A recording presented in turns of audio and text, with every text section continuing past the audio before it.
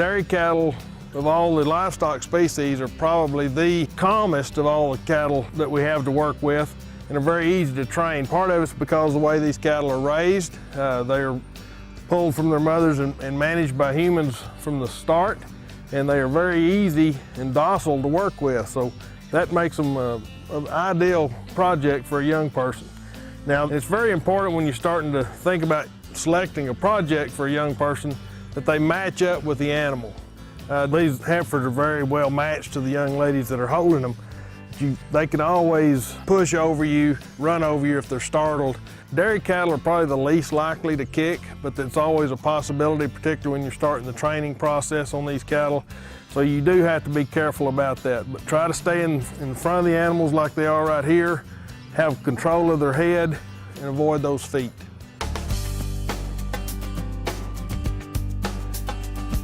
One thing we always have to be conscious of when we're working with livestock is to understand how they see and their depth perception. When you're standing on the side of an animal can see you, but their depth perception is not very good. The only way they can focus is to actually get both eyes, just like a human, and focus on something in front of them.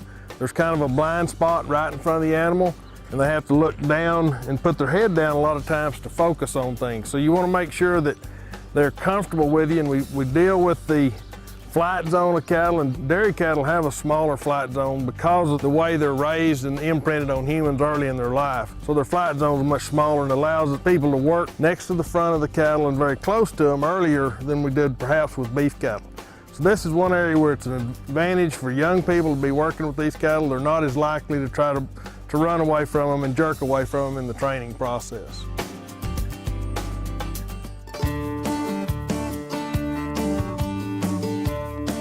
With any animal, we have to be concerned about what we'd call danger points. Regardless of how gentle they are, how tame they are, we have to respect several things about cattle. And the dangerous things about an animal is body mass. They may be small calves, but they're still bigger than the people that are leading them. If they're startled or for any reason happen to jump forward or sideways, they can knock a person down. The other aspect that we have to be thoughtful of is their feet. The front feet, from stepping on you, we're leading these animals up close to their front end. So if they misstep or we misstep, they can step on your feet. There's been numerous occasions where people have broken toes and feet by animals stepping on them. These smaller animals normally won't break a foot, but as they get bigger, and that's once again matching the animal with the exhibitor, you don't want a small child leading a big animal. They're much more easily stepped on. Their arms are shorter, so they wind up staying closer to the animal. The back legs, most of the time the way we show and exhibit dairy cattle, we're not in danger of being stepped on by the back feet if we're in the proper position. But if they happen to lurch forward or jerk you down, then they can step on you. The other aspect of it in kicking is a big issue in the grooming process. Not many exhibitors are ever kicked while they're exhibiting a dairy animal, but if you're grooming one and happen to startle them or they're not used to it yet, they can reach out and strike with that back foot. So the kicking is one area that we really are concerned with, particularly with young individuals working with animals. That leads us to another point on safety. We don't ever want, particularly young ladies like these, working these animals by themselves.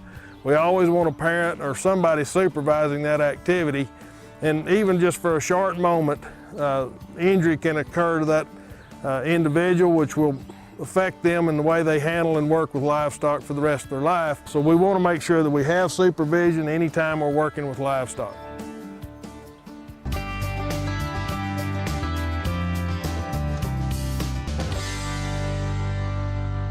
Very little equipment's actually needed to exhibit these cattle and prepare them for show. The little halters that we have on these heifers fit very nicely. They're the appropriate halter for the age of the calf. They're tied around the nose, they're tied under the throat latch area, and they won't slip off of that heifer if they were to set back or the young ladies pull on those halters. So that's what we'd like to see. The lead ropes are very appropriate as well. It's soft so it doesn't hurt their hands. They have a large rope, a very sturdy snap as well. These young ladies are holding them coiled up in their hands. They're safer that way. We'd always like to keep that draped between the halter and her hand where it's not draped down quite that far. And that way when it's dropped down there, she can't step on that rope and get her feet tangled up and fall down. We don't use show sticks in the dairy cattle, so anytime we get into keeping these cattle calm, it's going to be a scratching effect on their neck. We might just reach up and touch these animals and scratch on them to keep them calm. And when we go to exhibiting them, they're going to be exhibited in a very slow manner to where we actually are facing the cattle, unlike it is in some species, and lead them very slow around the ring. It's a very different process than it is in a lot of the other haltered classes.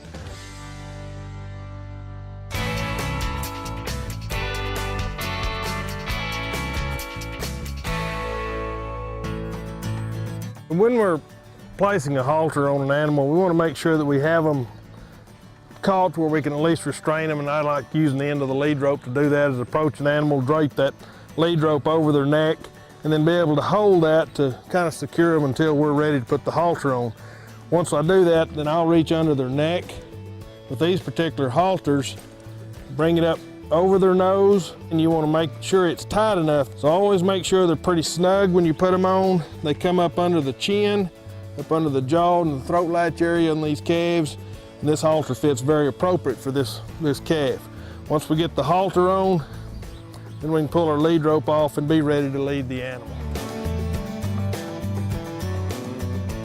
When we start teaching these animals to lead, we want to make sure that they are ready to lead. This little heifer is not paying a lot of attention to what I'm doing with the halter. She's very curious. I want to be careful about getting her accustomed to doing that and it being all right.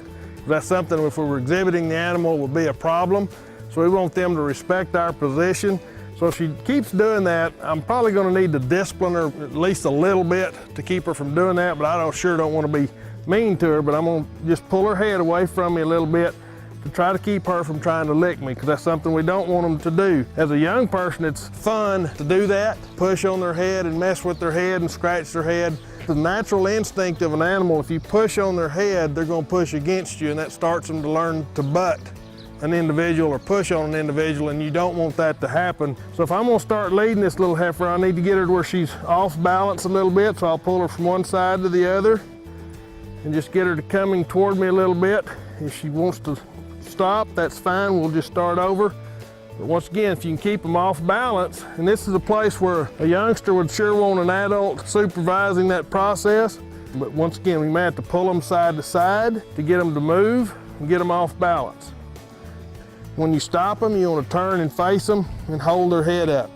Now, when we're exhibiting dairy cattle, it's different. And so we teach them to lead like we would any other animal. But once we start showing those animals, they're going to wind up taking them a little closer to the head, and they move them very slowly. So you have to really teach those cattle to lead slow and precisely. Then when you stop, try to set them up just a little bit. And like I said, these are very young heifers and just starting to work with them. But if they get a little nervous, tend to scratch them on the neck or under the chin, which will calm these cattle down very quickly. And one thing we haven't talked about is what to do if an animal tries to bolt and run away. We've talked about that being a possibility.